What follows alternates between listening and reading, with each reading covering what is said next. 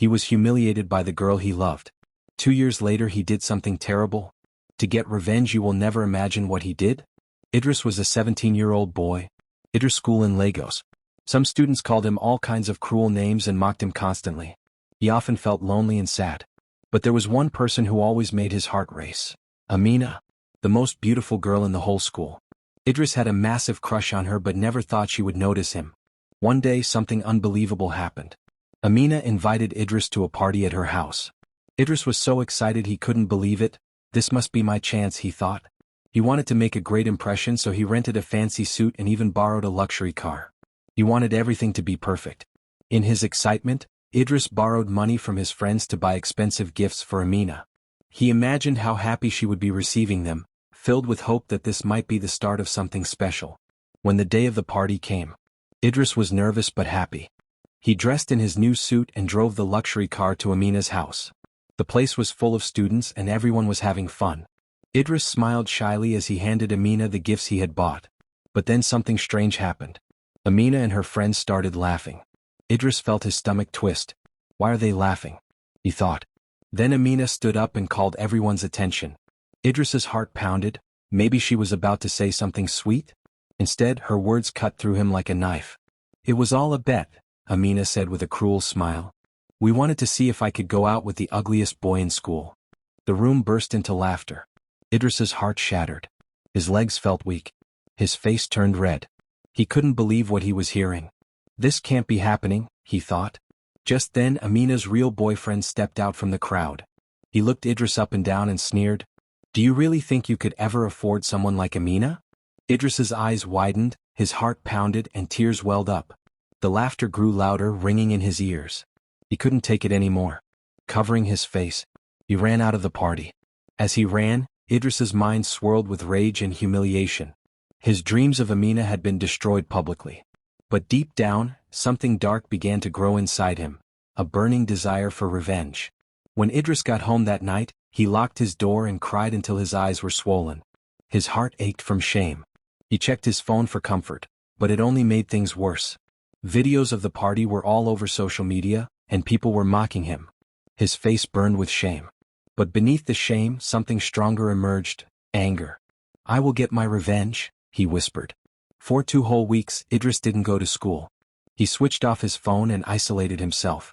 Not even his few friends could reach him. He spent his days thinking about what happened, and how to get back at Amina and everyone who laughed at him. He couldn't hide forever. 2 weeks later, Idris returned to school, but he didn't want anyone to recognize him. He went to Balagan Market and bought a mask to cover his face. Maybe he thought the mask would help hide him from the cruel stares. When Idris walked into the classroom, his heart was pounding. He hoped no one would notice him. But as soon as he stepped in, laughter exploded. Amina's loud laugh echoed through the hall, so loud that students in the next class could hear her. Idris felt small, humiliated again. He wanted to run. But how long could he keep running? He kept his head down and sat at his desk, hoping the laughter would stop, but it didn't. Amina and her friends laughed even harder. He's wearing a mask, one of them shouted. Tears burned in Idris's eyes, but he refused to cry in front of them again. One of Amina's friends, Zainab, decided to take it further. She walked over and reached out to pull off Idris's mask. Idris froze. His heart raced. He didn't know what to do. Then something unexpected happened. Zara, a quiet girl from the back of the class, suddenly grabbed Zainab's hand to stop her. Zara was one of the few students from a low-income background and had gotten into the school through a scholarship. Her mom worked as a maid in Amina's house. Zara knew what it meant to be humiliated, and she wasn't going to let it happen again. Leave him alone, Zara said firmly. The class went silent.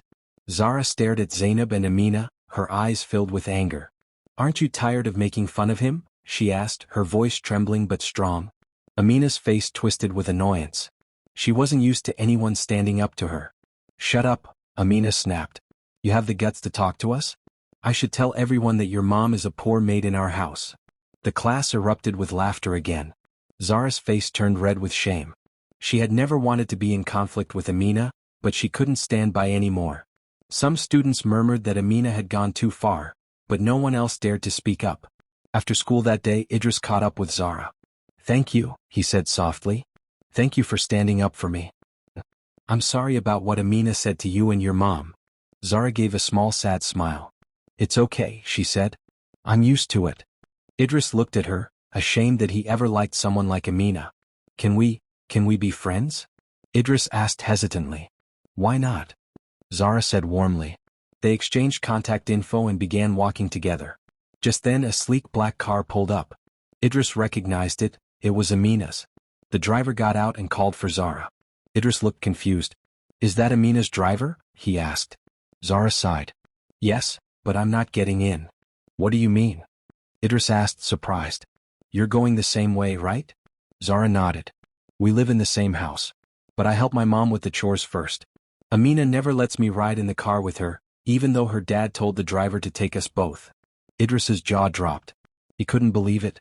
Amina was even crueler than he thought. Idris watched the car drive away. The image of Amina sitting comfortably inside while Zara walked home under the sun stayed with him. His hands clenched. He had once admired Amina. Now he could barely stand the sound of her name. Just as they reached the junction near the estate gates, Idris's driver arrived in his car. Hey, Idris said with a smile, turning to Zara, do you want a ride? We can drop you off at your house. Zara's eyes widened with surprise. Really? That would be great, she said, her face lighting up. She wasn't used to kindness like this. She got in, and they drove through the dusty roads of Ikeja GRA until they reached Amina's compound.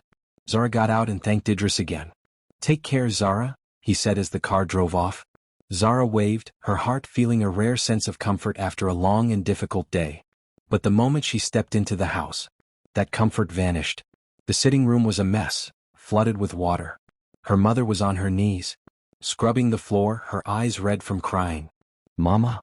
Zara rushed to her. What happened? Who did this? Her mother looked up, her hands shaking. It was Amina, she said quietly. She came home a few minutes ago. Angry? She poured water everywhere. She called me a useless cleaner. I tried to stop her, but she just laughed. Zara's face tightened. Her heart pounded with rage. She knew why Amina was angry, because of what had happened at school earlier that day. Amina was punishing her, by punishing her mother. I'm going to talk to her, Zara said, standing up angrily. No, her mother grabbed her wrist. Don't. It's not worth it. But before Zara could argue, a cold laugh echoed from the stairs. Zara looked up. There was Amina, standing at the top of the staircase with her arms folded and a cruel smirk on her face. Next time, Amina sneered, you'll learn to respect the hands that feed you. Then, with no warning, she picked up a bucket filled with more water and threw it down the stairs.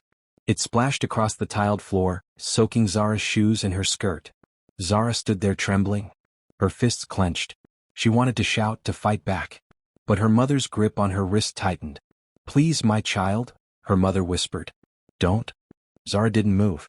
She just stood there, tears filling her eyes, watching her mother, on her knees, exhausted and soaked, scrubbing the mess caused by a girl they had once served like family. Zara's heart broke. And deep inside she made a silent vow. Amina wouldn't get away with this forever. One day everything would change. Later that evening, after finishing the cleaning, Zara and her mother packed up and left the main house. As they dragged their tired feet toward their apartment behind the compound, they realized something horrible.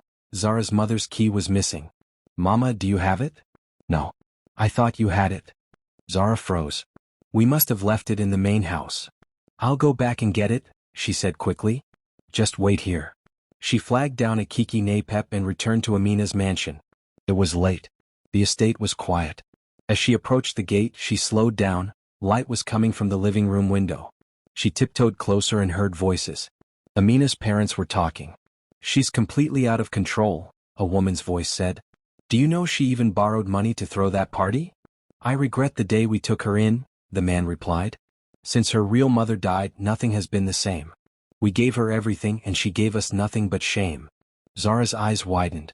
She's not their real daughter, she whispered to herself. The words hit her hard. All this time she thought Amina was their biological child. She took a deep breath and knocked on the gate. When Amina's mother, Mrs. Yusuf, opened the door, Zara put on her best smile. Good evening, Ma. I think my mom's key got left behind. Mrs. Yusuf nodded tiredly. Come in, let's check.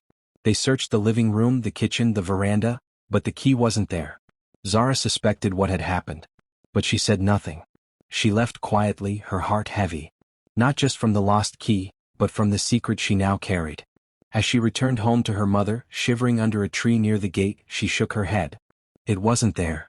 And then, the rain began. It came down hard and fast, soaking them both as they huddled under a small shed with no roof. The cold pierced their clothes. Zara could feel her mother's body trembling against hers. They didn't speak. There was nothing to say. Just the sound of thunder rolling above the flooded streets of Lagos. Meanwhile at school, Amina's cruelty only worsened. She bullied classmates, disrespected teachers, and strutted through the halls as if she owned the world. Until one day, Idris went to visit his cousin Malik in Surulere. Malik was a rising Afrobeat singer. His songs were starting to trend on TikTok and Boomplay. As they hung out, Malik showed Idris some new lyrics he was working on. As they laughed over the beat, a notification buzzed on Malik's phone.